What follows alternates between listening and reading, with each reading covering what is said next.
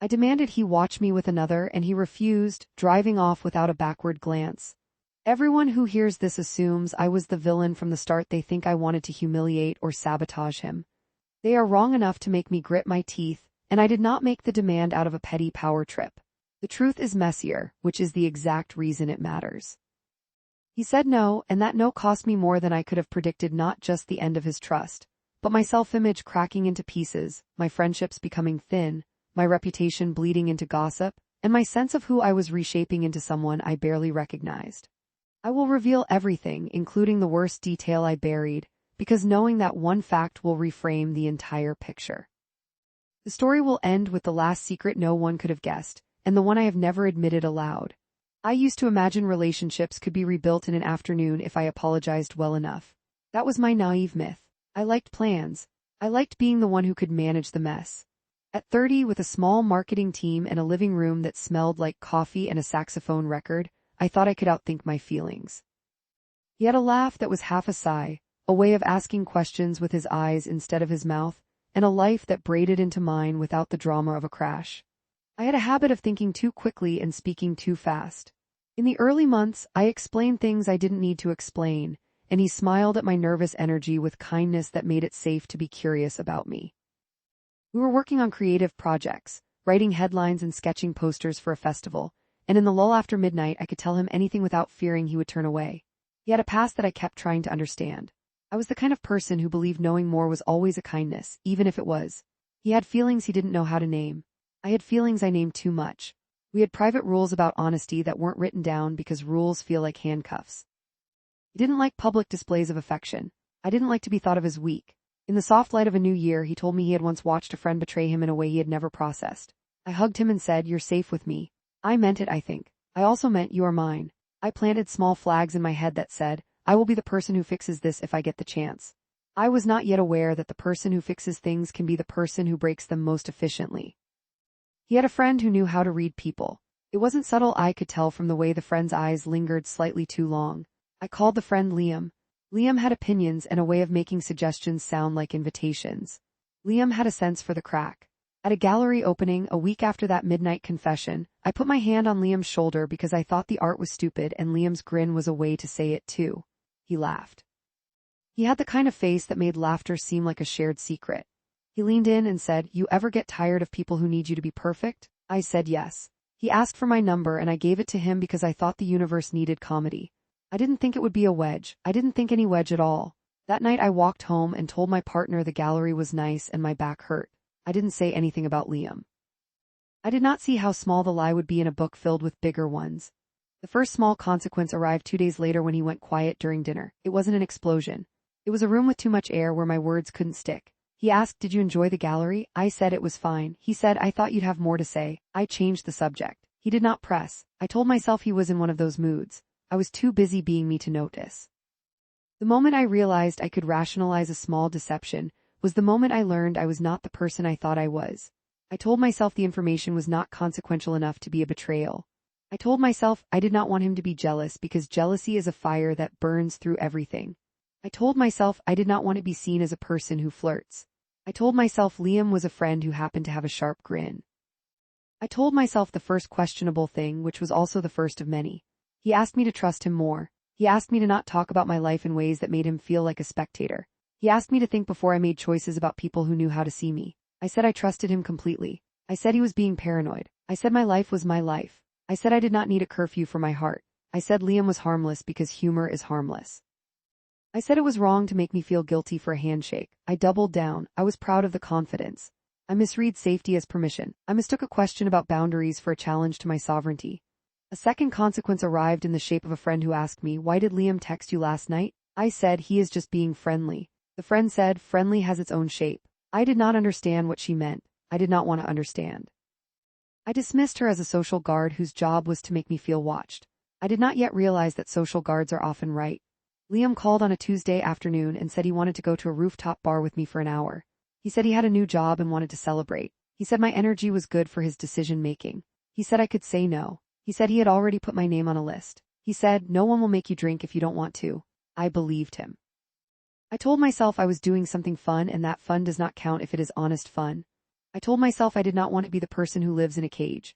I told myself my partner would understand if I told him in the way I would understand if he said he had to do something alone for an hour. I said yes. I did not tell him. I went. The rooftop was bright. The bar had a DJ who played music that was too fast for me to hear my thoughts. Liam bought me a drink. We talked. He put his hand on my knee. It wasn't aggressive. It wasn't nothing. I didn't flinch. I realized I wanted to be seen. The feeling of being seen made me excited and ashamed.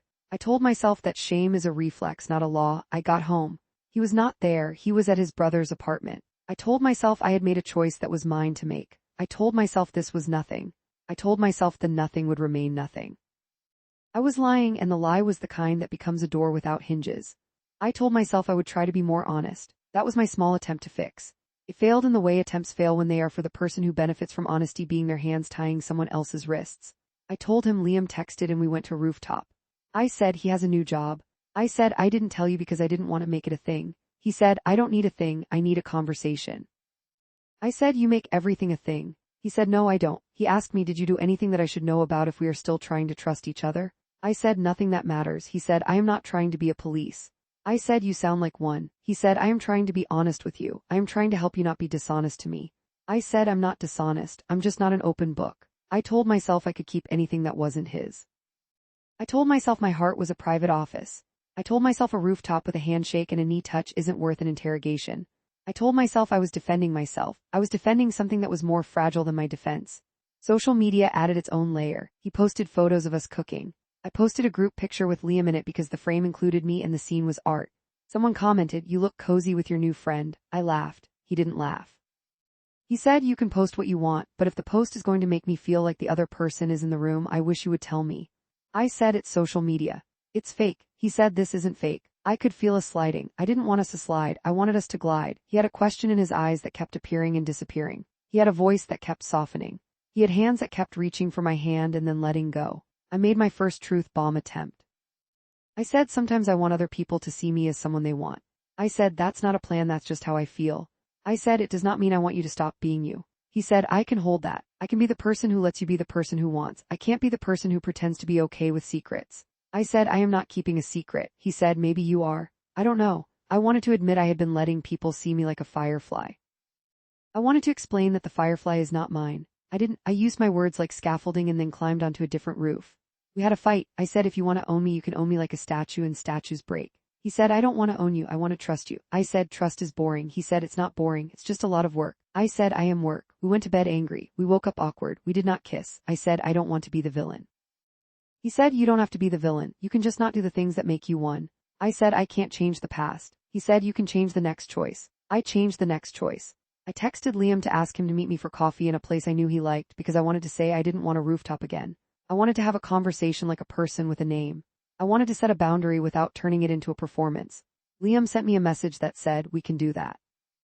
We can also do what we did last time if you want to feel alive." I stopped. I stared. I read it again. I said, "What does alive feel like to you?" He said, "I don't know, maybe like there's no one telling you to stop." I realized the line. I realized I had not said stop. I realized I had not said yes either. I realized I wanted to leave the line without crossing it.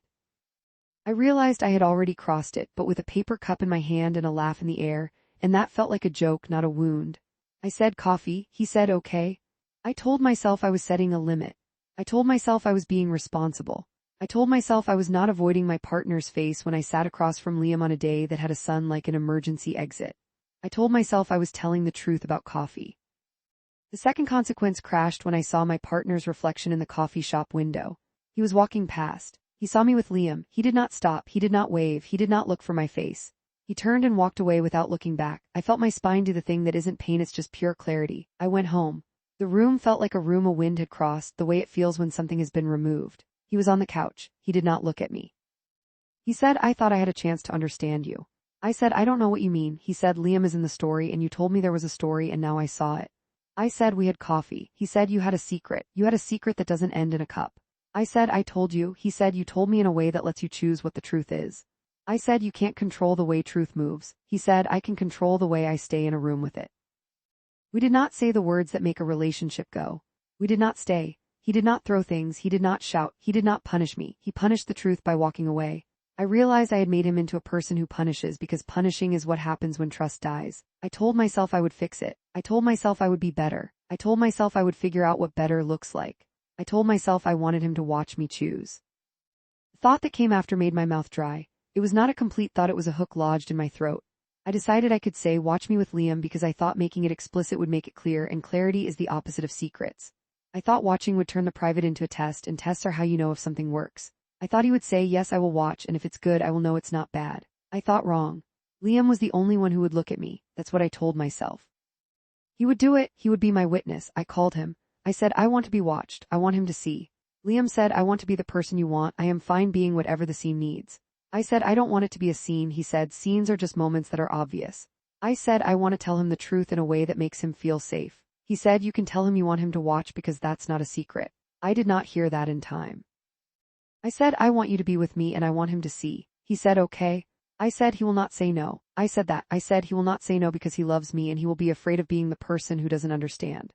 Liam said, I can be afraid with you. I believed him. I wanted to believe me. I wanted to make the secret weightless. I asked him. I demanded. I used the words. I wanted it to be a scene where I wasn't hiding and the power was on my side. I said, I want you to watch me with Liam. I said, not because I want to hurt you, because I want you to see how I can be honest. He said, I won't do that. I said, you are the only one who can make this not feel like a betrayal. He said, it already feels like one.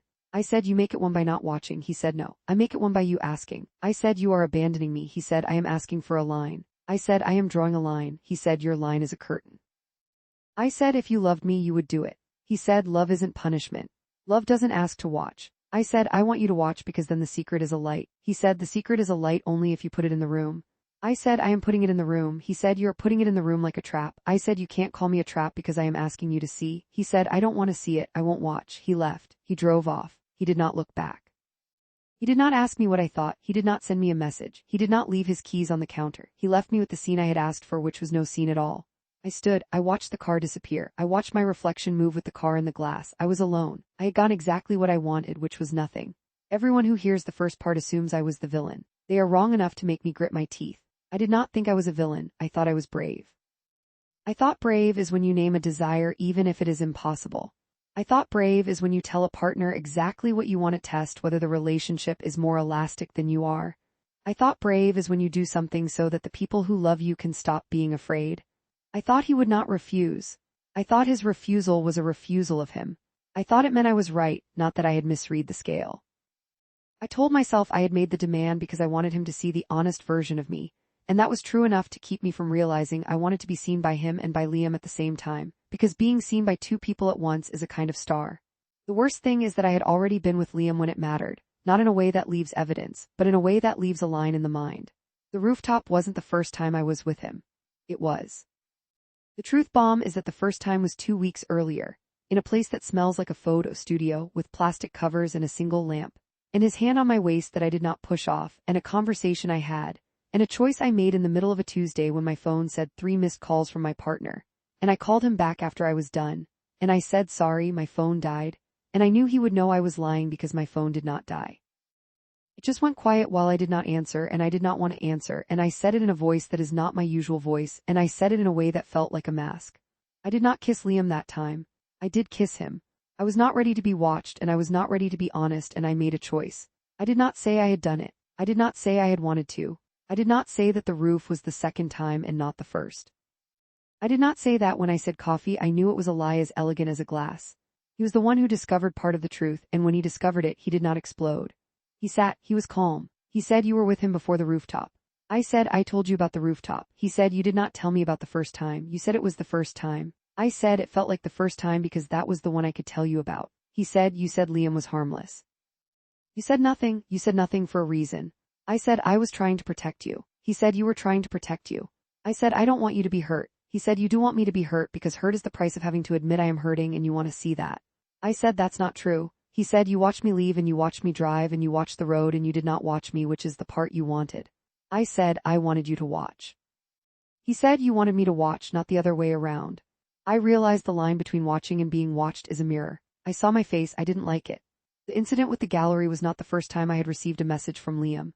He had sent me a DM that said, "You're someone I want to spend time with and I don't know what that means." I did not answer it. I thought the silence was safety. I thought silence was a way to not break a thing. 2 days later, I answered it. That is the thing I did not tell. That answer is the thing that made the door I had imagined open. I wrote back, I like you when I forget about my day.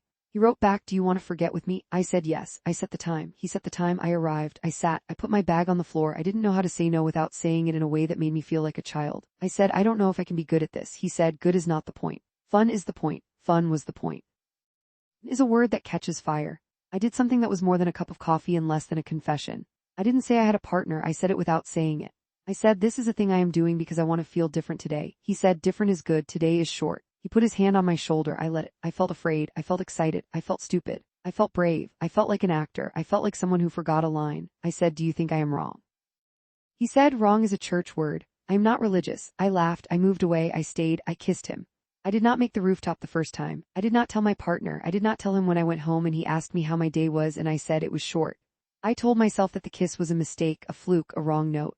I told myself that the wrong note would stay a wrong note and not become a song. I told myself I didn't want to be the villain. I told myself the villain is the one who admits nothing. I told myself I would be a different kind of person when I was in his car, and the car went and the door closed. I was not a different person. That's the reframe. The secret is that the demand I made was a demand for validation, not honesty, and the request was not innocent because I had already been with Liam, and I had already chosen a version of the story in which a first time didn't exist. When he refused, he did not refuse the demand. He refused the request to cover up the first time. He refused the demand to agree to a version of the story where a line was drawn by a hand that had already crossed it. He left because he didn't want to be the person who watches someone lie and calls it truth. I was ashamed, and shame pushed me into anger, and anger pushed me into panic, and panic pushed me into a message that said, please come back. He didn't. He blocked me on social media. He blocked me on phone. He left a note on my door that said, you did this. I read it and said, I did not want this. I sent him messages through mutual friends. I sent him a message that said, I am sorry. I said, I love you. I said, I didn't intend to hurt you. I said, I will never do it again. He didn't answer. He did not answer at all. I realized that silence is a kind of consequence, and consequences do not care whether you intend them. My social life took a hit. The friend who asked about Liam stopped coming over because she said she had run out of ways to make me see me. The gallery thing wasn't a surprise now, and people who had liked me before had new opinions. I posted photos of myself. I made jokes. I made a list. The list said things like, I can be better. I wrote things I had written before in other contexts. I did not admit to the first time. I did not admit that the story had an origin. I did not admit that the origin had my face in it. I did admit that he left. I did not admit that he left because I had already been someone else. Social validation became sharp and private reality became dull. I felt a pain that was a hole. I felt a void that was not a hole but a room. I had promised myself to tell everything. I didn't. I promised myself to tell the worst thing. I didn't. I promised myself to be accountable. I didn't. I promised myself to be honest. I didn't. I promised myself to be the person who watches the road. I didn't. I was the person who makes the road. I made the road that led to the car driving away without a backward glance. He didn't look back. He had looked at the first time I had been with Liam, and the second time he didn't look. He had looked at the rooftop. He had not looked at the roof. He had looked at the window. He had not looked at the window. I had asked for a watch and I got a picture. I had asked for a light and I got a blackout. I had asked for a name and I got silence. I had asked for a line and I got a mirror. The final shoe drops because I did it in a studio. I did it in a second. I did it in a house I do not own, with plastic covers on the furniture because someone had made a choice, and I did it with my eyes closed because I thought the studio was dark enough to be a secret. I did it because I was bored. I did it because I was bored in the way that makes you make a mistake. I did it because I thought nothing mattered. I did it because I did not want to become the person who has one story. I did it and I told myself it didn't count. It counted. It counted when I made the demand. It counted when he said no. It counted when I wrote this. It counts now. It counts because the demand for him to watch me was a demand for him to collude in a lie, and he did not collude, and I hate him for it, and I don't, and that is why I am writing this now, and that is the only thing I know. I wanted to say that I had been kind. I wanted to say that I was capable of love. I wanted to say that I had been a good partner. I wanted to say that the worst thing is the rooftop. It is not. The worst thing is the first time, and the story is that I used Liam to test whether I could be other than I was. And I tested it in a room with plastic on the floor. And I did it on a day when my partner called me 3 times and I let the calls go, and I was bored, and boredom is a way to be cruel, and cruelty is a way to be bored. I did not want him to leave, and I wanted him to agree to watch, and I was furious when he did not, and I wanted to believe that the fury was a sign that I was right. It is not. It is a sign that I am wrong. It is a sign that I am unwilling to admit the wrong because admitting it is too hard. It is a sign that I am demanding a witness so that I can put a mask on and say, look, I am honest now. I am not honest now. I am honest in this writing, which is a way to be honest without being in a room with the person who deserves it. I am writing because I want a public me and a private me to meet. I am writing because the gap between them is a river I did not see. I am writing because he is not here to watch me, and I am here, and the light is the time I am doing, and the time is the line, and the line is the mirror, and the mirror is my face, and my face is the thing I wanted him to see, and he did not, and I will not lie about that. Liam called me after he refused to watch, and he said he would still be my friend. He said, you can stop this. You can tell me you want me to stop. I can be the one who doesn't press. I said, press is not a word I want to hear. He said, no press. We can be as we are. I said, as we are is a thing that is not with me. He said, you are a person who does not want to be stopped. I said, I am a person who does not want to be told what to do. He said, you are a person who tells others what to do. I said, I asked him to watch me and he said no. He said no is a sentence. I said, I hate sentences. He said, you hate being answered. I said, I hate being made to feel small. He said, you are not small. You are just a person who wants a lot.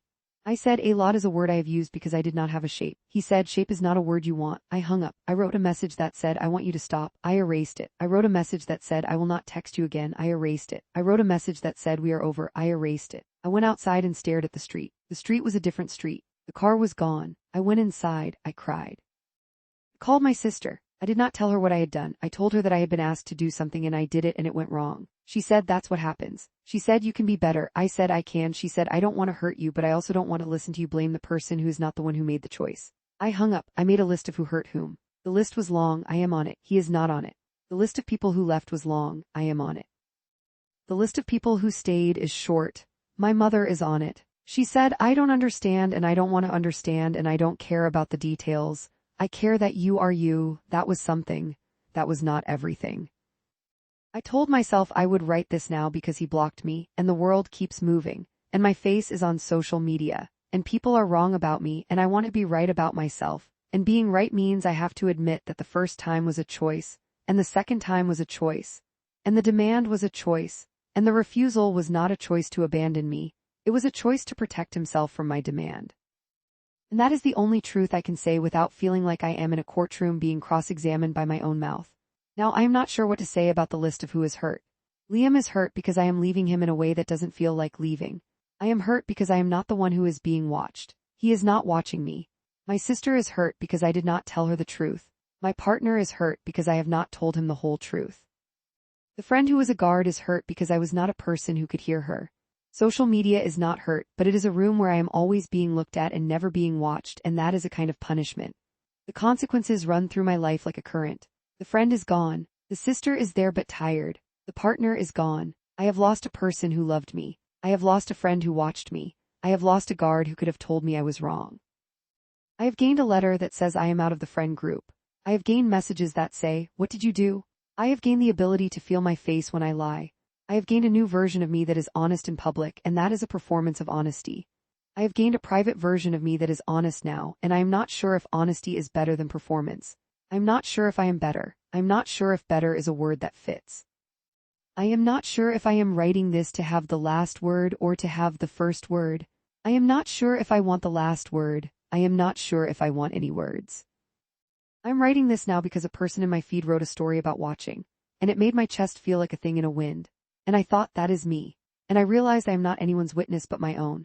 And I am a witness who is not good, and I am tired, and I am confused, and I am still angry. And I am still ashamed, and I still want to be watched, and I still do not want to be watched, and I still do not know how to ask for a watch without making a demand that is a demand for a lie. The story has to end somewhere. It ends where I say what I learned, and I learned that I am a person who is capable of making a demand and then watching the person who does not want to fulfill the demand leave, and the leaving is not abandonment. It is refusal, and refusal is a boundary, and boundaries are not punishments, and I call them punishments when they are against me, and I was wrong. I learned that I am a person who can create a scene that looks like honesty and call it truth. And that truth is not the same thing as a secret, and secrets hurt, and I hurt him, and that is the thing I cannot undo. I learned that the worst truth is the one that makes the previous truths look small, and it is the one that shows I made a choice before the roof, and I made it because I was bored, and boredom is a mirror, and mirrors do not care, and I care. I learned that he did not leave because he didn't love me, he left because I asked him to be a witness to a lie, and that is a different kind of punishment. I learned that I can tell this now, and it doesn't fix it, and it doesn't make me a good person, and it doesn't make me a bad person, and it makes me a person with a story that I can say aloud. I learned that if I ever want to watch, I have to put a light in the room, not a curtain, and I have to be the first one who watches, and I have to decide whether I can look at what I see. I learned that I cannot demand the watch and then be angry when the watch is not given, because the watch is a thing that belongs to the person who is not me. I learned that I am not the person who decides the rules. I learned that I want him to look at me. I learned that I did not look at him. I learned that the road was the thing I could see. I learned that the door was the thing he could close. I learned that I asked him to watch me with another and he refused, and he drove off without looking back, and that is the end of a story I did not know I was telling, and it is the start of a story that does not end with a good sentence. If you want to judge me for the first time, not the roof. And if you want to ask me what I would do, I will say I don't know. And if you want to ask me whether I am sorry, I will say I am. And if you want to ask me whether that makes it better, I will say I don't know. And if you want to ask me whether I would watch someone else the way I wanted him to watch me, I will say I would not, because I have learned that watching is a privilege that is given, not taken. And I have learned that the difference is a line, and I have learned that the line is a mirror, and I have learned that I do not like what I see, and I have learned that I am telling this now because the word watch has haunted me for months, and the word watch reminds me that I did not want to be watched, I wanted to be watched by him, and that